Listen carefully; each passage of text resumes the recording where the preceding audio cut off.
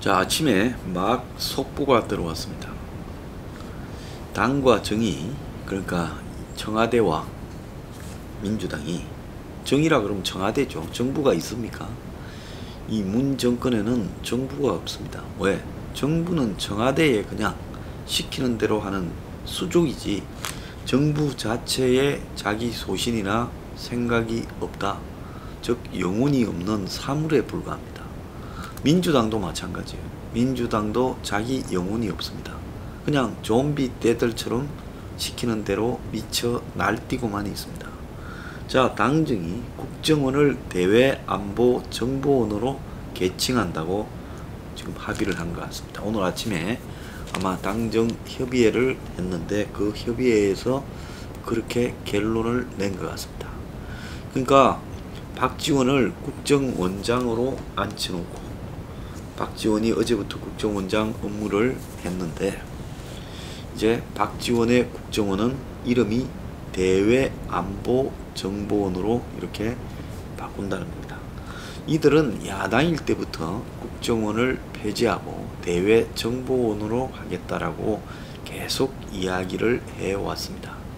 자, 이 지금 대외안보정보원이라는 부분에는 대북 관계를 갖다가 다루는 공안기관으로서의 성격을 지금 상당히 위축시켜버리고, 또 국정원의 지금 활동 방향을 완전히 바꾸어버리는, 그래서 이들이 국정원을 통해서 북과 거래하는 통로로 삼고, 또 국정원이 북한테 대규모 지원을 해주는 역할까지 수행하게끔 국정원에 관련되는 이 불필요한 요소들, 과거 보수정권 때 중앙정부 또 안기부를 거쳐서 김대중 때 국정원이라고 이름을 바꿨죠. 이제 이 문재인 때 국정원에서 다시 대외안보정보원이라고 이름을 바꾸는 겁니다. 자, 지금까지 자신들이 안정적 국회의석을 확보하지 못해서 참고 있다가 이제 집권 4년차에 문재인은 국정원을 대외안보정보원으로 이름을 바꿔버렸습니다. 자, 엊그제 이 기획재정, 국토교통, 행안위 등 상임위 세 곳에서 이 부동산 세법 관련 13개 안건이 여당 단독으로 통과가 되었습니다. 상임위를. 어제는 이제 부동산 3법과 공수처 3법을 법사위에서 통과시켜 버렸습니다. 물론 야당이 퇴장한 사이에 처리를 했습니다. 자, 그런데 지금 전세 폭등이 이루어지고 있는 상황에서 지금 준비도 제대로 되지 않은 부동산 임대차 3법을 통과시킴으로써 이 법의 내용에 대해 지금 국민도 모르고 집주인도 모르고 다 모른다라는 겁니다. 표결 직전에야 야당 의원들한테 지금 전달을 했다, 이렇게 알려지고 있습니다. 자기들은 그렇게 이야기를 할 겁니다. 법에 보장된 다수 의석을 우리가 가지고 있고, 선거를 통해서 다수 의석이 됐고, 법의 법 통과는 지금 상임위원회에서는 상임위원 과반수, 또 본회의에서는 의원 과반수면 된다. 우리가 무슨 불법을 했냐 이야기를 할 겁니다. 근데 합법 불법 이전에 민주주의를 운영하는 기본적인 정신과 원칙은 법을 넘어서서 야당과 여당이 합의해서 운영하라. 그래서 많은 의석을 가지고 있고 다수 의석을 보유했다 하더라도 지 마음대로 국회를 운영해서는 안 된다. 최대한 합의할 때까지 합의하도록 노력하고, 또 국민들에게 법의 취지를 알리고, 피치 못해서 통과시키게 되면 그 부분에 대한 이 내막을 국민들에게 알릴 필요가 있다. 이런 부분이 기본적으로 담겨 있는 정신이라고 봅니다. 이런 게 없이 민주주의적인 외형, 선거, 그 다음에 국회 통과 기준, 이런 식으로 지금 정치를 운영한다면 정치가 개판이 될 수 있죠. 그런데 지금 민주당이 176석을 가지고 있다, 이렇게 지금 설치지만은 한때 한번 보십시오. 2016년 총선 전에 박근혜 정권도 의석이 그 정도 되었습니다. 그렇지 않습니까? 2008년에 출범한 이명박 정권도 의석이 많았습니다. 그럴 때 보수가 집권했을 때 여당들이 그런 식으로 법을 통과시켰더라면 어떻게 됐겠습니까? 박근혜 정권 때 한번 보십시오. 세월호가 2년 차에 발생했어요. 세월호 특별법을 만든자 이렇게 요구하며 야당이 몇 달 동안을 밖으로 나가가지고 국회를 공전시켰습니다. 결국 박근혜 정부는 야당한테 굴복해서 야당이 원하는 대로 세월호 특별법을 만들었습니다. 정작 그 법을 갖다가 관철시키기 위한 예산은 국민들에게 전가하려길래 제가 유병헌법을 만들어야 된다고 국회 앞에서 40일을 시위를 해서 그래서 국회의원들의 압력을 넣고 해가지고 유병헌법이 통과됐습니다. 자, 그렇지만 그 법은 그냥 껍데기밖에 없었고 결국은 국민의 세금이 세월호 보상에 다 들어갔지요. 1조쯤 되는 세월호의 각종 비용에 국민의 피 같은 혈세가 다 투입되었습니다. 자, 그래서 그때 박근혜 정부가 만약에 야당의 세월호 특별법을 못하겠다고 끝까지 뭉개버렸으면 그게 불법입니까? 아닌 거죠. 자, 정치는 그렇게 서로 양보하고 합의하려고 해야지 누군가가 항상 옳은 것은 전 아니다 이렇게 보고 있습니다. 그런데 지금 이 정권이 총선 이후에 석 달 좀 남짓한 순간에 보여준 이 행태가요 좀 놀랍습니다. 어제 RN스치 데일리한 조사에 의하면 문재인의 찬반이 41.9 대 52.9 11% 차이가 났습니다. 자, 그 정도까지도 지금 정권이 지지율이 기우는데요. 이 정권은 그런 부분에 대해서 전혀 신경을 안 씁니다. 그건 좀 이따가 또 얼마든지 쇼를 해서 또 여론조사를 마사지해서 올릴 수 있다 생각을 할 겁니다. 자, 이 정권이 국민들을 그때그때 그냥 이용하는 대상으로 생각하길래 총선 이후에 석 달 동안에 180석 가까운 지금 의석을 줬더니 보세요. 오거돈이하고 박은순이 성추행, 지자체 단체장이 그런 두 문제가 터졌습니다.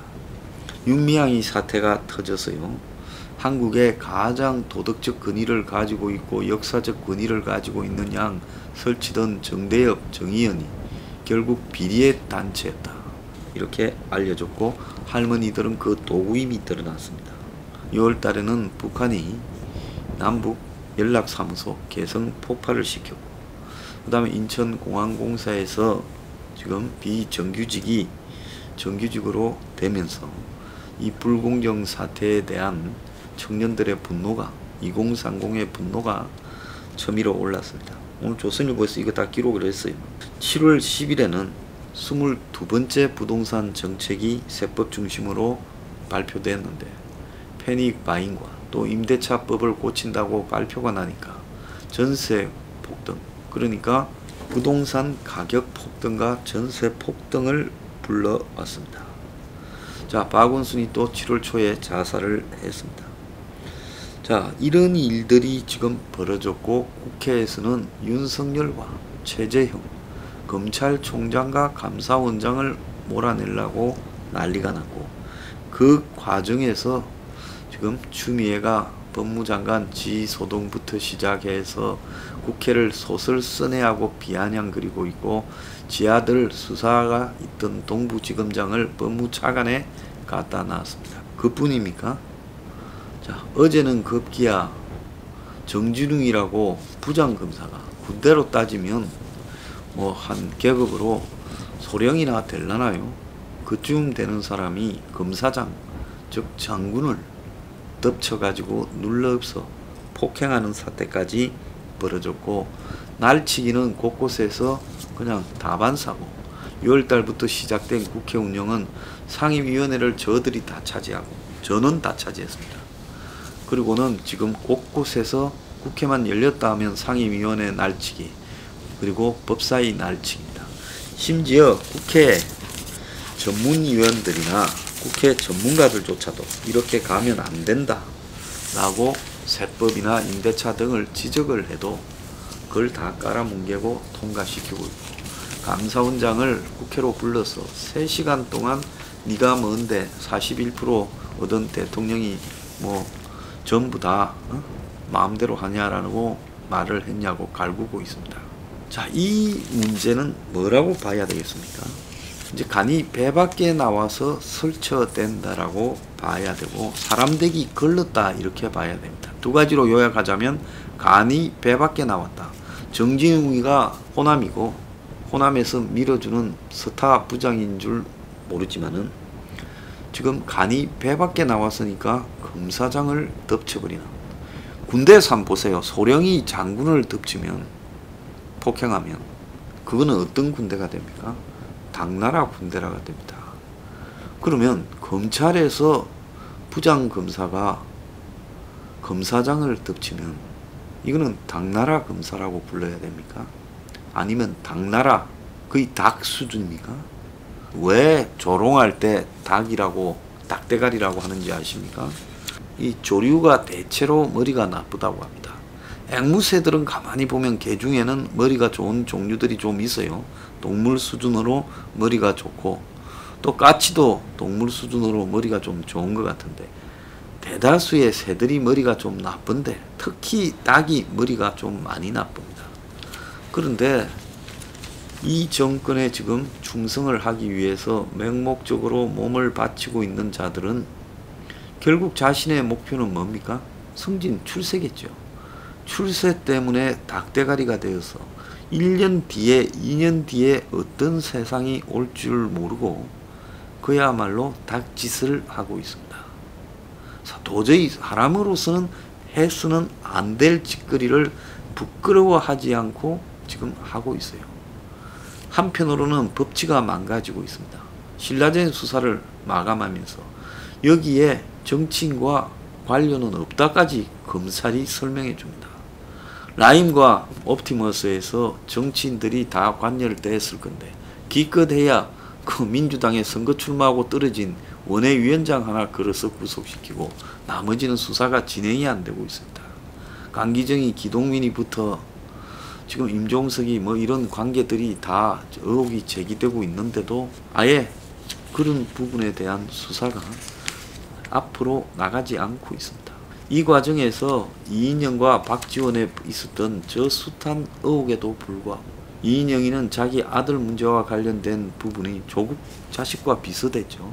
이인영과 조국이 자기 자식들을 교육시키는 방식이, 저것이 오늘날 전대협 과거의 의장과 산호맹의 투사가 80년대 초에 그야말로 한국 사회를 좌파적으로 만들겠다라는 빨갱이들이 살아가는 모습이라는 겁니다. 80년대 초중반에 한국 사회의 대표적 빨갱이들, 그런 사람들이 오늘날 2020년에 와서 얼마나 허접한 삶을 살아가고 있는가가 우리가 봤지요. 그 과정에서 윤미향이나 또 김두관이나 추미애나 이런 사람들의 지금 자식 문제들도 우리가 봤습니다. 그들은 입을 열고 국민 앞에는 정의와 공정, 기회균등을 외치지만 자기 삶에는 그런 것이 전혀 없었지요. 그게 자녀 교육만 그렇게 했습니까? 자녀 교육을 시키는 수준을 보면 그 사람의 이 사는 삶의 경제적 수준도 나오고 평소에 어떻게 살아가는가 하는 사회적 수준도 나오지요. 그들은 자녀 교육을 그렇게 시키듯이 다른 모든 관계들, 재산 형성이나 다 나머지 부분들도 한때 한국 사회의 대표적 빨갱이였지만 지금은 그야말로 자산을 축적하고 자식을 갖다가 억지로 깜도 아닌 걸 만들고, 그리고 한국의 졸부들이 하는 모습을 따라시키려고 노력하고, 이러면서 또 그걸 하기 위해서 돈을 또 조성하고, 결국 그들의 목적은 뭐가 목적입니까? 그들의 목적은 그야말로 배부르고 등 따시고 내 자식 잘 시키고 노후에 정치 실컷 하다 나와가지고 배뚜리면서 살면 된다. 자, 얼마 전에 제 직원이요, 그 뭐 성추행 사건, 박원순 사건 이걸 갖다가 수엔 스마일에 올렸는데, 해볼 것 다 해보고 죽으면 개이득 이래 올렸더라고요. 내가 그렇게 제목 달아라고 시키지는 않았습니다. 그런데 내가 가만히 생각해 보니까 제목을 참 잘 다룬 것 같아요. 하고 싶은 대로 다 헤쳐먹고 막판에 안 되면 그냥 죽어버리면 그 원도 한도 없겠지요. 대부분의 서민들은 평생 하고 싶은 거 하나도 제대로 못합니다. 그런데 국민의 돈으로 하고 싶은 거 다 하고 폼 다 잡고 지 마음대로 살다가 문제가 생기면 자살로 끝내는 이 좌파의 행태, 그 괜찮다고 보고 있습니다. 그래서 지금 뭐 유력한 좌파의 대선 후보라는 한 인간은 그의 삶에 대한 위선이 얼마나 가득 차 있는가 하는 부분이 저한테 제보도 좀 들어왔어요. 제가 좀 살펴보고 있는 중입니다. 한마디로 지자체 단체장이나 국회의원을 하고 있으면 그 권력이 국가의 예산이나 그야말로 그 권력이 가지고 있는 이해관계에 연루되는 인간들하고의 관계에서 형성된 돈이나 이런 게 전부 지거라고 생각합니다. 그것이 옳은가 옳지 않은가에 대한 고민조차도 하지 않습니다. 자, 이런 식으로 이것들이 살아가고 있습니다. 자, 그래서 문가리우스 하나 올려놓고 그 밑에 비 맞추면서 충성 경쟁을 한다고, 저 꼿꼿한 선비 같은 최재형 씨를, 그 뭐 최재형이 자기 쪽 사람이 아니었으면 감사원장 시켰겠습니까? 자기 쪽이라고 시켰는데 어떤 사람은 영혼이 대부분 없지만 권력에 가끔 가다가 윤석열이나 한동훈이나 최재형이처럼 시킨다고 다 하는 게 아니라 시킨 것 중에 그래도 옳은 부분이 있다면 하지만 너네들도 마찬가지로 옳지 않은 일이 발생하면 똑같이 내가 다른 너네들의 정적을 이렇게 손댄 것만큼 너네들도 손대겠다. 이런 원칙적인 사고가 박혀있는 소수의 사람들이 있어요. 그 소수가 저항을 하니까 이제 그걸 못 죽여서 저 난리를 치고 있다는 겁니다. 자, 그래서 지금 미쳐 날뛰니까요, 눈에 보이는 게 없어서 행복한지 모르겠는데 이게 얼마나 갈 거라고 보십니까? 이 지금 미쳐 날뛴 자들은 반드시 그 대가를 치를 것이다. 지금까지 미쳐 날뛴 자들 중에 대한민국 역사에서 박정희 정권, 이승만 정권 때부터 거슬러 올라와서 현재까지 한때 미쳐 날뛴 자 중에 대가를 치르지 않은 자가 있는지 한번 물어보고 싶습니다. 권력을 쓸 수 있을 때 차마 다 쓰지 않고 참았거나, 그리고 그 권력에 대해 좀 두려워했던 사람은 살아남아서 그래도 편안하게 죽었습니다. 근데 권력을 가지고 설치던 자들 중에는 제대로 이 삶다운 삶을 사는 사람이 거의 없습니다. 역사가 증명하는데요. 지금 이 정권 하에서 미쳐 날뛰는 또라이가 굉장히 늘어나고 있는데 그거 다 누군가 기억하고 있어요. 판사들이 뭐 영장을 가지고 정권 비위를 맞춘다고 다 잊을 것 같습니까? 전부 다 기억하고 있습니다. 그래서 기억이 반드시 언젠가는 돌아와서 그 사람의 삶을 그야말로 박살낼 거라는 겁니다. 이 미쳐 날뛴 대가는 반드시 치러야 된다 생각합니다.